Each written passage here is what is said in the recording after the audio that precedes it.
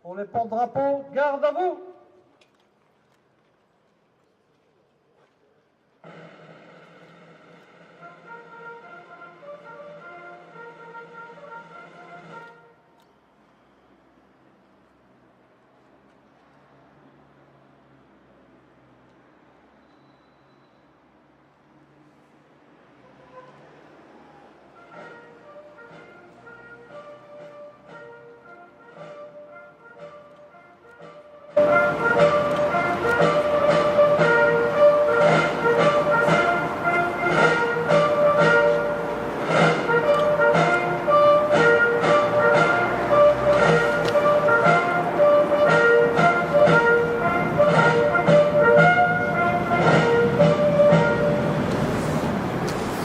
Attention pour les couleurs, envoyez!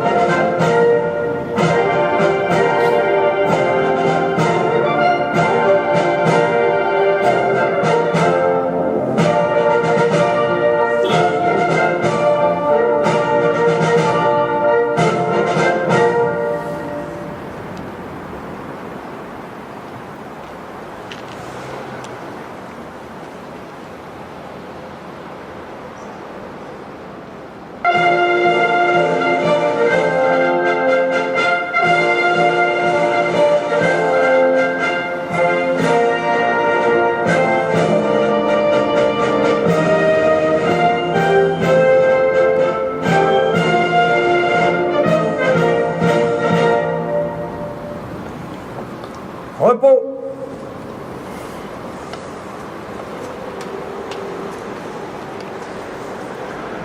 En allocution de Hubert Zibenchou, trésorier général de la FNDIRP.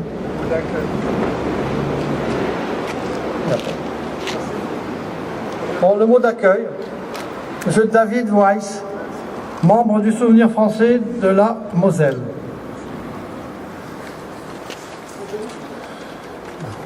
Monsieur le maire honoraire, monsieur le premier adjoint, monsieur l'adjoint à la culture, monsieur le délégué général des services, les associations patriotiques, madame la déléguée générale du Souvenir français du Rhône, ainsi que toutes les personnes que j'ai pu oublier qui veulent bien nous honorer de leur présence aujourd'hui. Donc, nous sommes réunis pour effectuer un devoir de mémoire en l'honneur de Jean Moulin, des résistants et des déportés, de tous ceux qui sont morts pour la France et pour ses valeurs.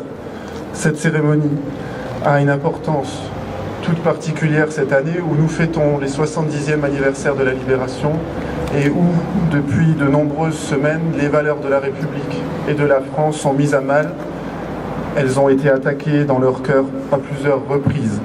Donc, cette cérémonie a toute son importance car les jeunes qui nous accompagnent aujourd'hui, les jeunes de l'institution Sainte Chrétienne de Sarreguemines, sont l'avenir de notre pays et connaissent ses valeurs et sont prêts à les représenter.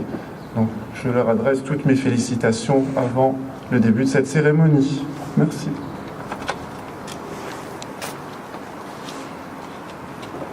Allocution de M. Hubert Zibenchou, trésorier général de la FNDIRP. Ah, tu vas dire un petit... Bon, c'était pas prévu que je prenne la parole, mais en tout cas, je souhaitais vous faire un petit mot d'accueil, vous dire que vous êtes le bienvenu dans cette ville de Caluire-et-Cuire, et je tiens à excuser monsieur le député maire qui est à l'Assemblée nationale à Paris aujourd'hui. Pour nous, Ville de Caluire, le devoir de mémoire est primordial. Et c'est la raison pour laquelle nous sommes vraiment très heureux que vous soyez parmi nous aujourd'hui pour venir découvrir ce mémorial Jean Moulin au lieu de la résistance. Alors je ne vais peut-être pas refaire l'histoire de Jean Moulin, mais simplement en sortir peut-être deux grands traits de sa personnalité. D'une part, une vie politique très forte avec tout son engagement dans le cadre de l'administration préfectorale, et puis une facette plus privée où il a été un grand artiste sous le nom de Romanin. Donc grand résistant français sous le nom de Max, et malheureusement donc arrêté le 21 juin 1943 dans cette maison que vous avez pu découvrir. Donc voilà, je ne m'étendrai pas plus sur la vie de Jean Moulin. Je souhaitais aussi remercier monsieur et madame Jean Nalit qui sont ici présents, parce qu'ils sont aussi les vecteurs de ce devoir de mémoire. Ils interviennent très souvent sur notre territoire pour expliquer ce qu'a été la guerre et ce qu'a été toutes ces horreurs que nous avons tous pu vivre, nous, peuple français, pendant cette Deuxième Guerre mondiale. Voilà. En tout cas, j'espère que vous passez une très belle journée dans notre ville de Caluire, et puis, voilà, bonne fin de journée. Je crois que maintenant c'est la bonne, c'est à vous, monsieur.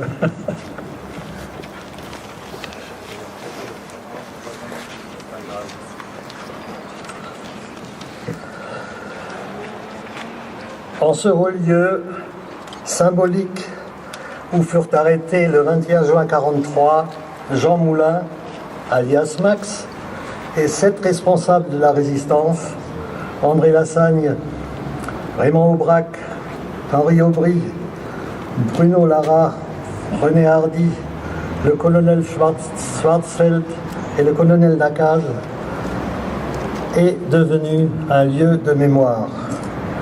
Nous sommes ici devant ce mémorial afin de rendre hommage à Jean Moulin, chef de la résistance intérieure, héros et martyr, et à ceux qui sont morts comme lui pour que vive la France. Jean Moulin nous laisse le message de la noblesse du serviteur de la nation. À Chartres, face à la barbarie, il proclame la vertu de l'honneur, refusant la compromission. Il choisit de dire non face à l'autorité militaire allemande. Il n'accepte pas de signer une proclamation odieuse et raciste qui déshonore l'armée française et nos soldats africains. Il choisit d'en subir les conséquences. Il est battu et jeté dans une cellule. À Lyon, dans la clandestinité et pourchassé par les dangers de tous les instants, il va pendant 3 ans illustrer la vertu du devoir et mener le combat pour l'unité nationale. À Londres, où il rejoint le chef de la France libre, celui-ci l'a choisi parce qu'il était préfet, donc chargé par vocation de rassembler et de réconcilier les Français. Son objectif était de réunir l'ensemble des groupes de résistance pour former l'armée secrète. Il a payé cher le prix d'une lutte fratricide. Face à l'ennemi étranger, il va subir de la part de certains amis la trahison qui le conduira au martyre. Mais il ira au bout de sa difficile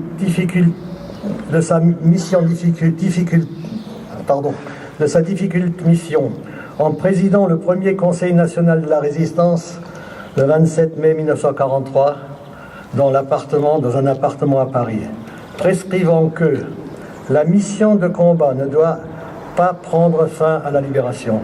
Ce n'est qu'en regroupant toutes ses forces autour des aspirations quasi unanimes de la nation que la France retrouvera son équilibre moral et social et redonnera au monde l'image de sa grandeur et la preuve de son unité.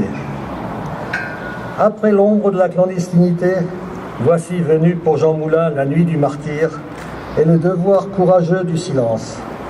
Emprisonné à Lyon, torturé à mort par l'ignoble et monstrueux Barbie, défiguré et détruit, il est transféré à Paris puis en Allemagne et il meurt lors de son transfert en gare de Metz le 8 juillet 1943. Il avait 44 ans. En ce lieu de mémoire, Jean Moulin a trouvé l'hommage de la nation qui lui revient. Puisse-t-elle demeurer longtemps, encore dans les cœurs et l'esprit des générations à venir. C'est l'hommage d'aujourd'hui n'appelle que le chant qui va s'élever maintenant, ce chant des partisans.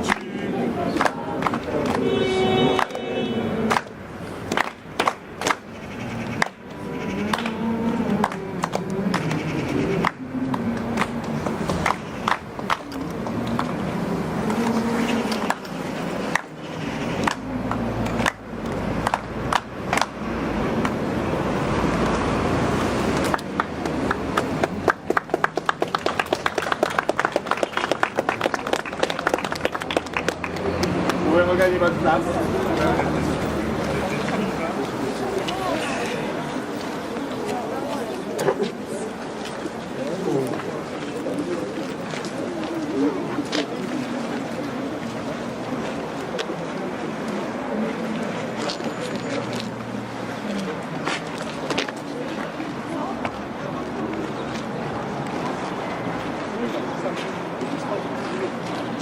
Pour les porte-drapeaux, garde à vous!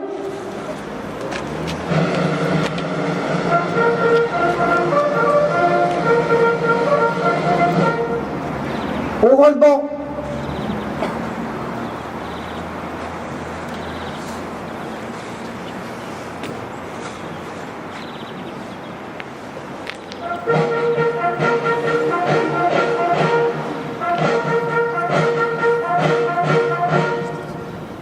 Dépôt de gerbes. Première gerbe de la gerbe FNDIRP.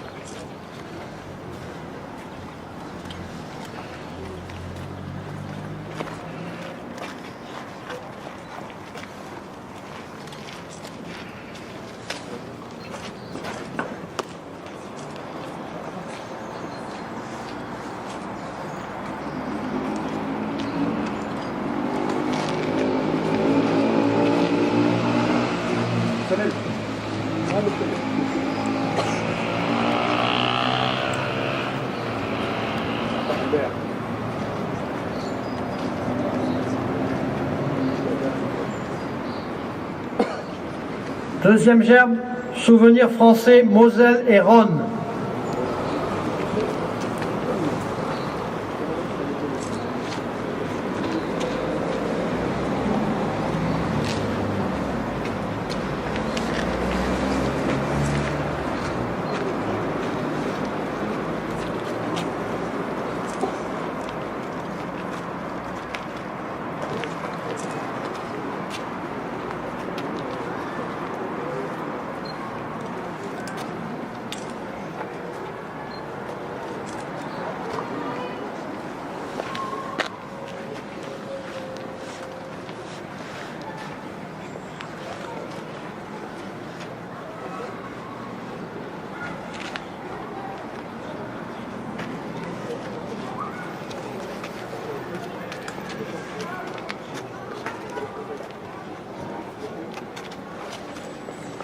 Institution sainte chrétienne de Sarreguemines.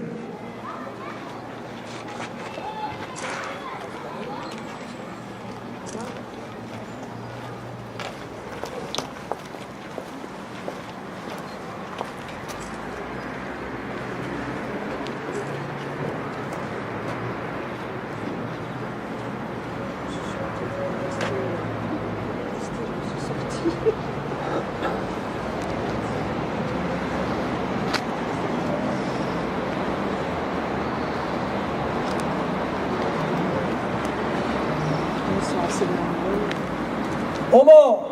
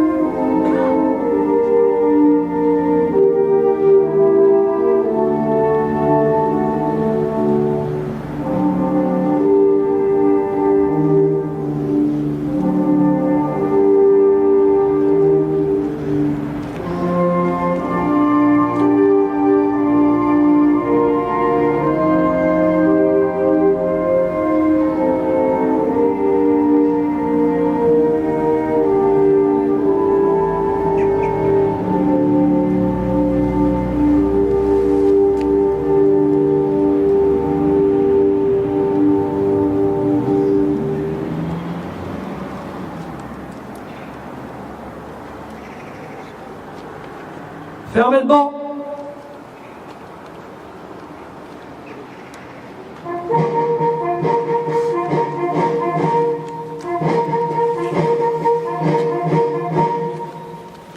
Repos. Maintenant, les officiels vont remercier tous les porte-drapeaux. Et nous aurons la marche consulaire pendant ces remerciements.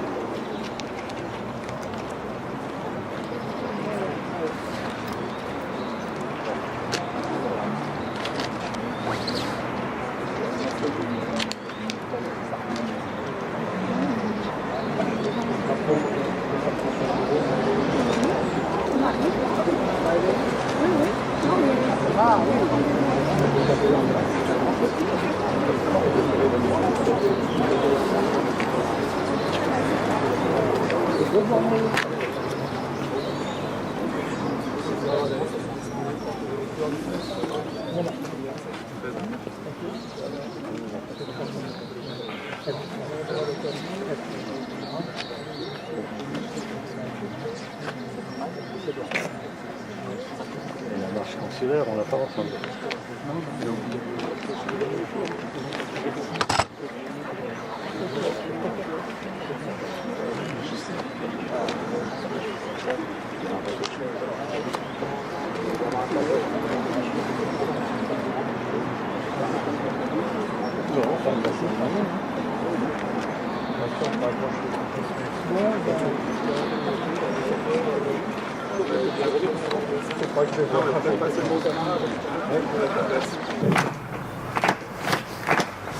Mes compagnons dans la nuit, la liberté nous écoute.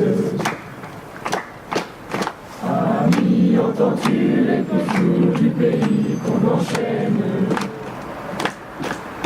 Amis, entends-tu le vol noir des corbeaux sur nos plaines?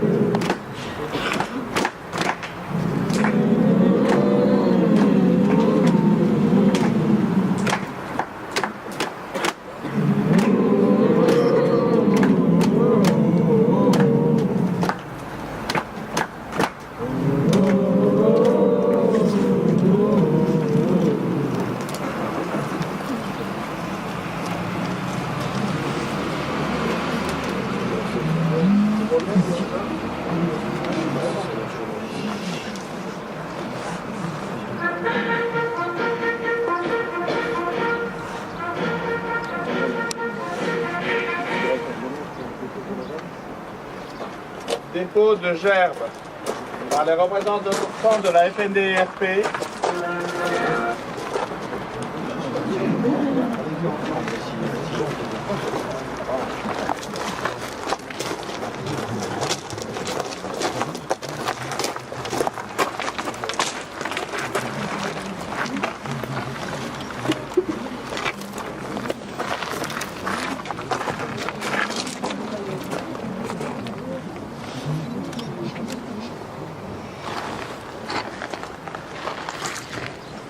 Homo.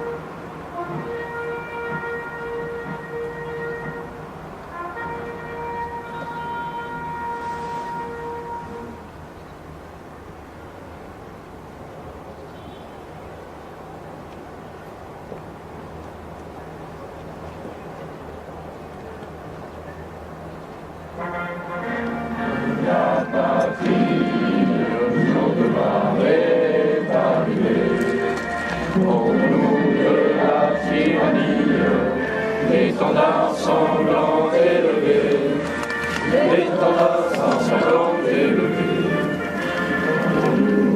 Dans nos campagnes, fugitifs et féroces soldats, jusque dans nos bras, nos combats, le citoyen,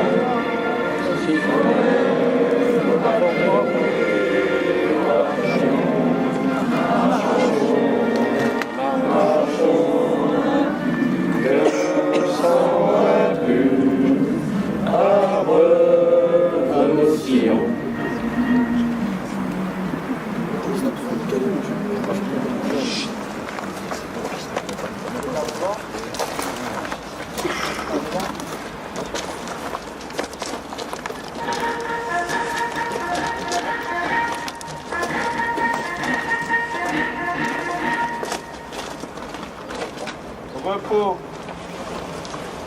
Remerciement au drapeau. Ah pardon. Il n'était pas prévu que je prenne la parole, comme je fais partie de tout le monde, et que vous devez me demander pourquoi je suis là. J'appartiens à l'association, je suis membre de l'association des rescapés de Montluc, de l'amicale de Noëngam où était déporté mon père. Mon père est passé par Montluc, certains d'entre vous le savent, il était à la cellule 67, c'est pour ça que je m'investis dans ce travail de mémoire avec toute l'amitié, parce que je considère que c'est de l'amitié entre Antoine Grande, qui est responsable de l'émeute, Monsieur Lestrade, responsable des mémoriaux, Bruno Permesel, qui est le président de l'association des rescapés de Montluc. Pour moi, le travail de mémoire, c'est quelque chose de fondamental, d'indispensable, de viscéral, je dirais pour moi. Il me semble que nous avons tous besoin de vous faire connaître, non pas pour que vous pleuriez sur le passé, il ne s'agit pas de pleurer sur le passé, il s'agit de le connaître pour que, lorsque vous serez des citoyens, vous ayez eu des gens, comme toutes ces personnes, les rescapés, les anciens, qui vous ont apporté des informations, qui vous ont dit ce qui s'est passé.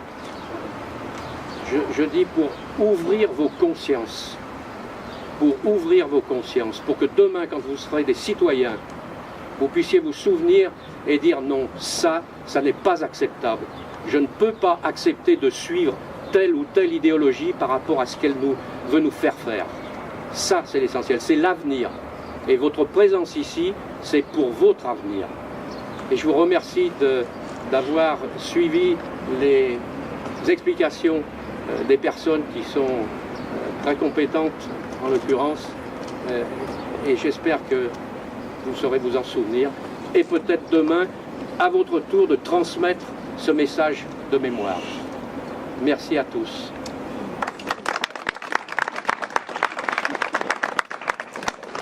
Et permettez-moi, je me présente aussi Antoine Grande, donc je représente ici l'Office national des anciens combattants et victimes de guerre qui gère ce lieu. Là encore, de ne vous dire qu'une seule chose, c'est merci d'être venu là, merci pour cette belle cérémonie émouvante. Et pour reprendre ce que disait Jean, parce que je crois que les termes sont importants, vous savez, au terme devoir de mémoire, nous préférons ici celui de travail de mémoire. Pourquoi? Parce que le devoir de mémoire est une obligation, une injonction morale qu'il faut comprendre.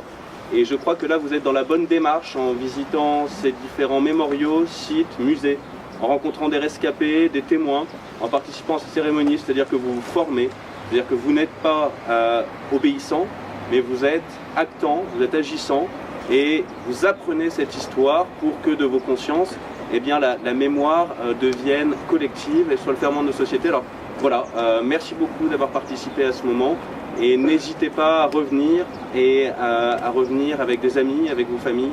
C'est important que ces sites vivent et vivent à travers vous. Voilà, je vous remercie et je vous souhaite une bonne poursuite de voyage en vous remerciant encore d'être venu passer par Montluc. Merci.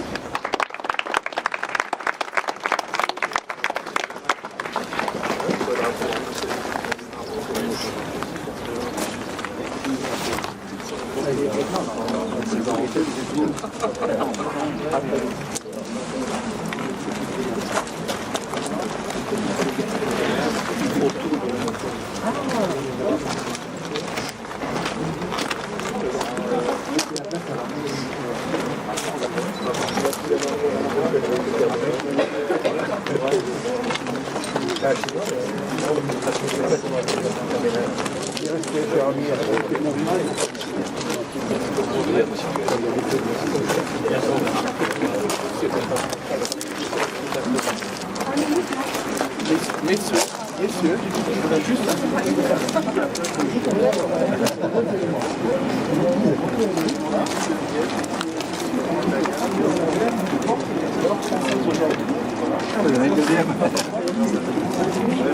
Et on a Benchpol de l'autre côté qui est aussi non seulement la plus gradée des JSP, mais en plus est aussi un papa allemand. Merci Roger. Voilà. Et ça, on est en plein dans l'esprit européen. Elle porte le drapeau de la République de on a fait 4 drapeaux lors de la cérémonie.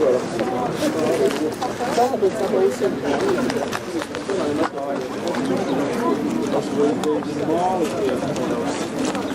Ça, c'est vrai, on en attache.